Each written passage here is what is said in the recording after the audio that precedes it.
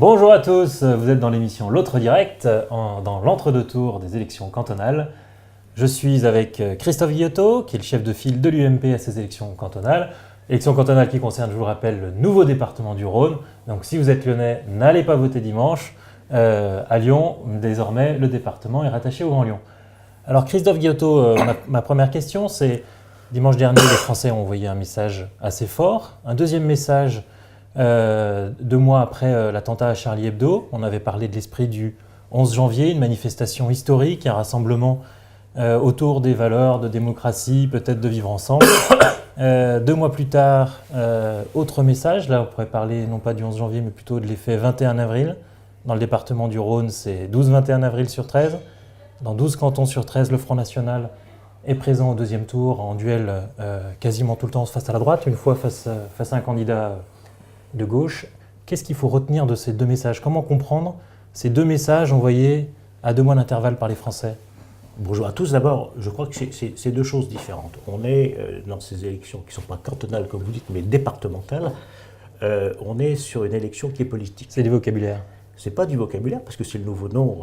Il y a toujours des cantons, il y a toujours un département. Oui, c'est ça, qui est un peu original. Mais voilà, bon, on va faire plus moderne, on appelle ça départemental. J'allais y venir sur l'originalité. C'est une élection qui a été voulue par M. Valls, une élection politique, avec la loi qu'il a fait, avec le découpage qu'il a fait, et à la sortie, on a une élection politique. Donc les électeurs ont voté d'une façon politique. J'imagine que les événements du mois de janvier, pour certains, ont dû compter, mais on est dans une vision, dans toute la France, de ce que veulent les Français ou ne veulent plus. Et je crois qu'aujourd'hui, ils ne veulent plus de la politique gouvernementale. Donc dans l'urne, ça a compté dimanche. Ce qu'ils veulent, si je regarde le score du Front National dans les 12 cantons, il arrive toujours systématiquement au-dessus de 20%, en général autour de 25, 26. Non, mais vous avez raison. Et on a des fois quasiment à 30, 40. Vous avez raison sur le score historique du Front National, mais on a aujourd'hui des Français qui sont exaspérés.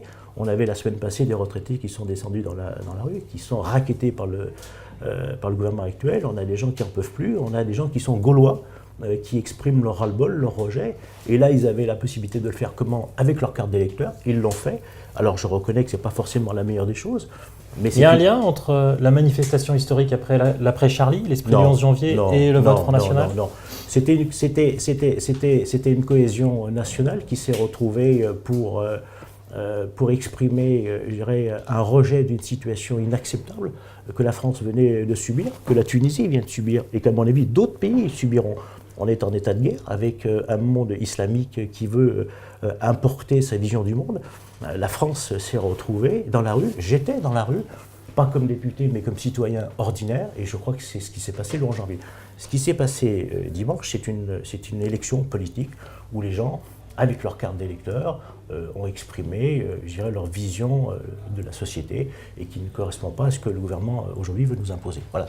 Bon, alors ce que vous dites, c'est finalement le FN au deuxième tour partout, génial. Ça fait une élection simple pour nous au deuxième tour. Pas et puis du pareil tout. pour 2017. Pas du tout. On va gagner la présidentielle. Non, mais je crois qu'il faut. Je crois que. Alors, pardon, mais je crois que depuis le début, dans cette affaire-là, que ce soit le Premier ministre, que ce soit les journalistes, on a trop parlé du Front National. Et on en parle trop.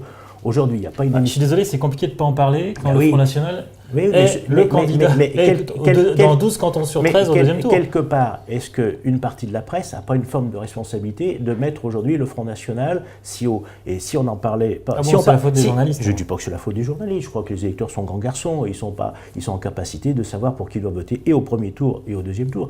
Mais je crois qu'aujourd'hui, il y a d'autres choses dont on peut parler. Il y a d'autres formations politiques qui méritent qu'on en parle autant que le Front National. Bon, voilà. Le Front National, je dirais, est le résultat de ce que vivent aujourd'hui les électeurs. À chaque fois que la gauche est au pouvoir, le Front National monte. Et donc on est là-dedans. Donc le Front National fait un score anormalement haut.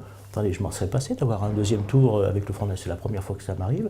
Et ben je vais faire un deuxième tour. Je fais un deuxième tour comme un premier tour, boîte aux lettres par boîte aux lettres, sur un programme, sur mes convictions qui n'ont rien à voir avec celles du Front National, qui n'a du reste pas de programme. Moi, je fais une campagne, je dirais, honnête, avec mon binôme qui est Christian Agara. Ce premier tour a été présenté un peu comme une victoire de Nicolas Sarkozy. Il arrive à passer devant le Front National. Est-ce que vous en tirez une leçon finalement? Il faut faire du Front National light pour arriver à je passer tire. devant. La première leçon que je tire, c'est que l'UMP est Je aujourd'hui. rappelle qu'il a marqué la campagne.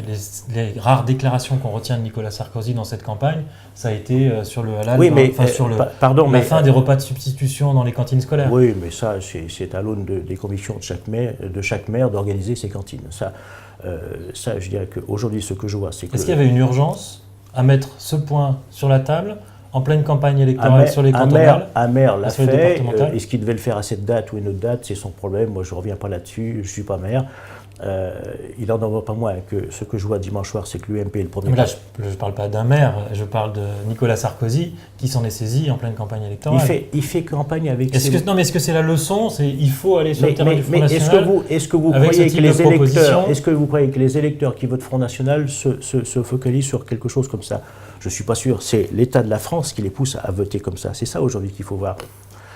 On est sur un deuxième tour qui nous montre une chose, c'est qu'aujourd'hui l'UMP... Par exemple, si je finis sur cette question, le département a géré les collèges, dans les cantines du département, il y aura des repas de substitution ou pas? Il y a une DSP, hein, c'est ce qu'on appelle une DSP, c'est le département qui donne compétence à ceux qui gèrent la DSP. Une délégation de service public? Voilà. C'est l'entreprise privée qui gère à organiser. Moi, je ne suis pas pour qu'on prive tel ou tel enfant de nourriture.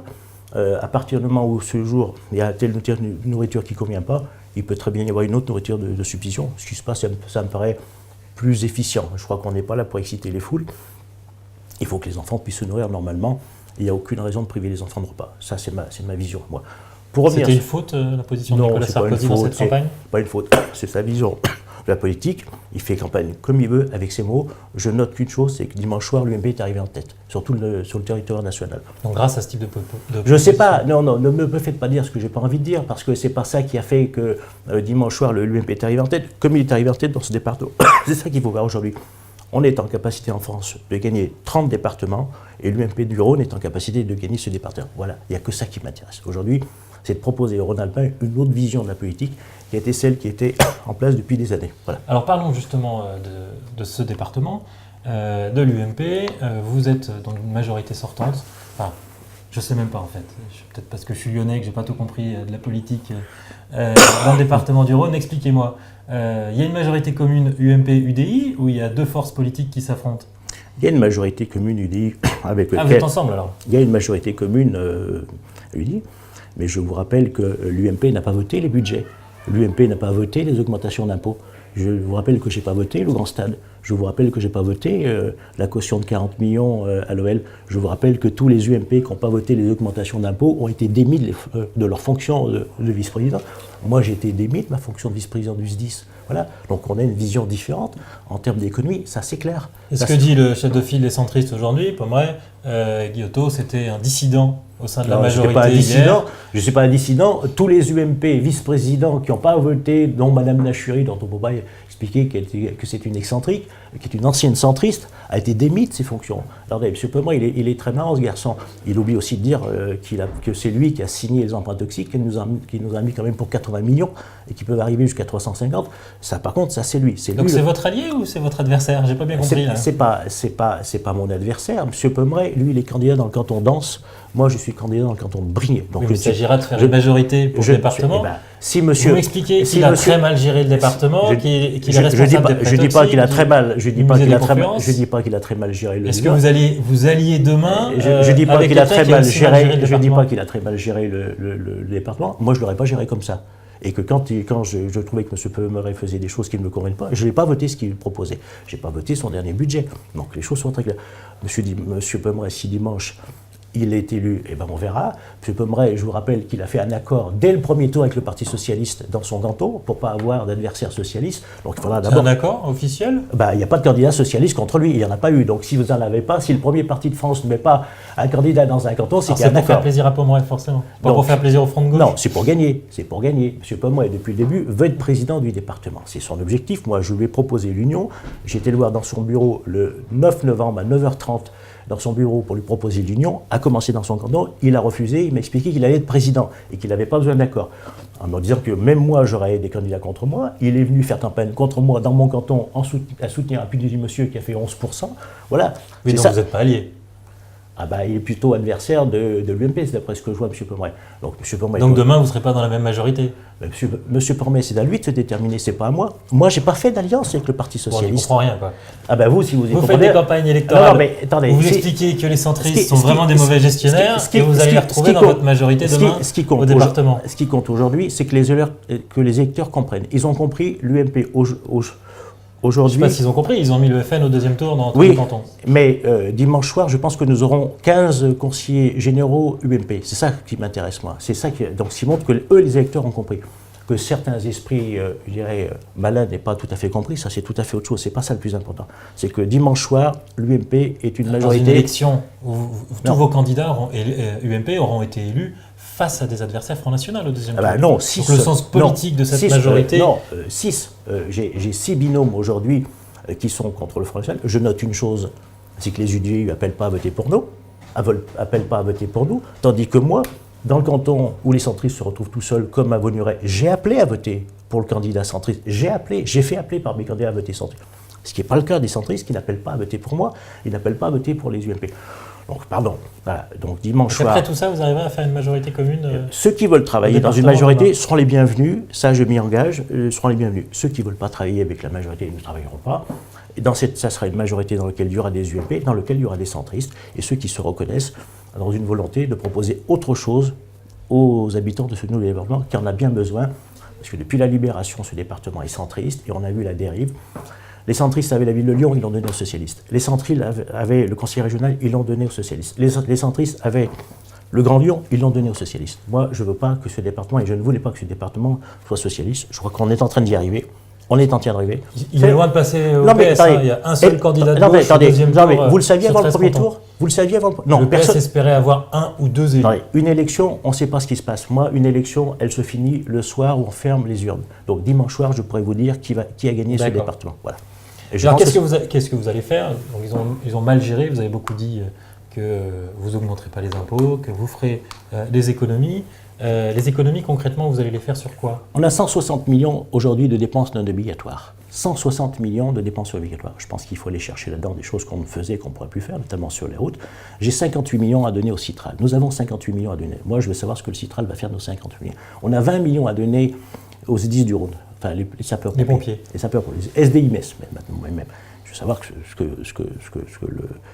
les 10 va faire de nos 20 millions. On a 1,5 million à donner au musée des Confluences. Je veux savoir ce qu'on va faire de musée. Donc à partir de là, si déjà dans cette enveloppe de 100 millions qu'on donne à la métropole, on n'a pas, je dirais, ce qui correspond à ce qu'on donne en argent, il faudra qu'on revoie nos partenariats avec ces gens. Et puis je vous dis, dans les 160 millions de dépenses non obligatoires, il y a des choses qu'on ne pourra plus faire. Il est hors de question de toucher à tout ce qui est la partie sociale. Hein. Ça, c'est important. 30 millions, par exemple, sur le RSA, c'est pour lequel on ne peut pas toucher, puisque ce n'est pas nous qui fournissons les listes, c'est la CAF. Je note là-dessus que les dotations de l'État, qui sont de 14,9, sont en diminution. On a aussi... C'est inutile de faire trop technique. La question, c'est le département gère pour l'État les compétences sociales, notamment le RSA. Oui, mais je vous signale qu'aujourd'hui, pour cette année, c'est moins 12 millions de dotations de l'État. 1 million en moins chaque mois de l'État. Donc il va falloir faire des économies, baisser aussi le train de vie de la maison. Je crois qu'on avait un train de vie qui était tout plus que soutenu. C'est fini les loges à l'OL, c'est fini les déplacements pharaoniques au Canada pour les accords Jacques Cartier où on emmenait toute une ribambelle d'élus. Ça, je veux dire que c'est fini. Ceux qui voudront y aller, se paieront le voyage. C'est fini le fonctionnement sous les ors. Sous les lambris dorés de la République, on va avoir une petite gestion modeste. Ce qui n'était pas tout à fait votre cas avec l'usage de la réserve parlementaire. J'ai noté que vous étiez, comme parlementaire, celui qui était le plus dépensier du département. C'était en 2013, 167 000 euros. Quand Philippe Cochet, par exemple, était à 87 000. D'abord, la réserve... Vous avez quand même distribué large avec la réserve parlementaire. J'ai beaucoup donné aux écoles, l'école publique de Montretiche et mon adversaire. À l'association, à la confrérie de la Tête de Veau. Oui, alors je vais en dire, j'ai donné à l'école publique de Montretiche, mon adversaire socialiste, qui a eu plus de la moitié de ma réserve parlementaire. Quand je donne aux amicales laïques, personne ne me le reproche. Mais quand je donne à une confrérie qui fait travailler le marché homo, un secteur économique de tout un canton Saint-Laurent-de-Chamousset, à lequel je vous invite à venir tous les lundis matins, qui est le point central de l'agroalimentaire de tout ce département, quand je donne 1 000 € à ces gens qui font de la promotion tous les jours pour ce qui est l'élevage bovin, je crois que je ne suis pas à côté. Vous l'avez bien défendu, mais je le défends vous dénoncez du côté des centristes le côté dépensier, savez, le côté clientéliste même, attendez, la réserve parlementaire. On est vraiment là-dedans. Ah non, la réserve parlementaire, de toute façon, si moi je ne le donne pas, c'est d'autres collectivités qui le donnent. Et tous les députés ont la même réserve parlementaire, et c'est ce qui vient en diminution. Désormais, oui. Avant, vous étiez le plus dépensé. C'est ce qui vient en complément des subventions de l'État, en complément des subventions des autres collectivités. Moi, quand je donne 1 000 € à une association de joueurs de boules de l'Amicale laïque de Saint-Gilles-Laval, personne ne me le reproche, parce que ce sont des gens de gauche, on ne le reproche pas. Moi, quand je donne 1 000 €... Parce que c'est très sain comme fonctionnement. Maintenant, il a été changé. Donc. Mais quand je donne 1 000 € à une association qui fait de la promotion agroalimentaire de tout un secteur, dont je vous rappelle que le secteur agroalimentaire est le 2e secteur exportateur de France après l'armement, pardon, je crois que je suis dans le bon. Est-ce que c'est très simple? D'ailleurs, comme vous le dites, vous dites « moi je donne ». Oui. C'est l'argent de la République, c'est pas les élus qui entretiennent leur clientèle électorale locale. Et quand monsieur le ministre de la Culture décide de donner à tel ou tel, quand monsieur le ministre de la Culture décide de donner 9 millions au MUSEM et qui refuse de donner de l'argent au musée des Confluences parce que c'est une gestion de droite, vous croyez que c'est bien ça? Et pourtant c'est comme ça que ça se passe. Hein, voilà, c'est comme ça. Je note au passage qu'on n'a pas été assez malin quand Michel Mercier était le numéro 3 de la République pour aller demander à son copain, le ministre de la Culture, de nous amener 4 sous. Ça, c'est aussi. Donc, dans cette affaire-là, quand c'est pas tel qu'il donne, c'est un autre. Donc, la réserve parlementaire, aujourd'hui, elle est accessible, tout le monde peut contrôler. Et j'assume. Et j'assume quand je donne 1 000 € à mes agriculteurs de Salon-de-Chémoussé, parce que les agriculteurs, ils ont autant besoin d'argent que les gens des banlieues. Christophe Guillotot, merci. Je vous rappelle que le 2e tour des élections cantonales, pour le département du Rhône et pas pour l'agglomération lyonnaise, c'est dimanche prochain. Merci. Merci.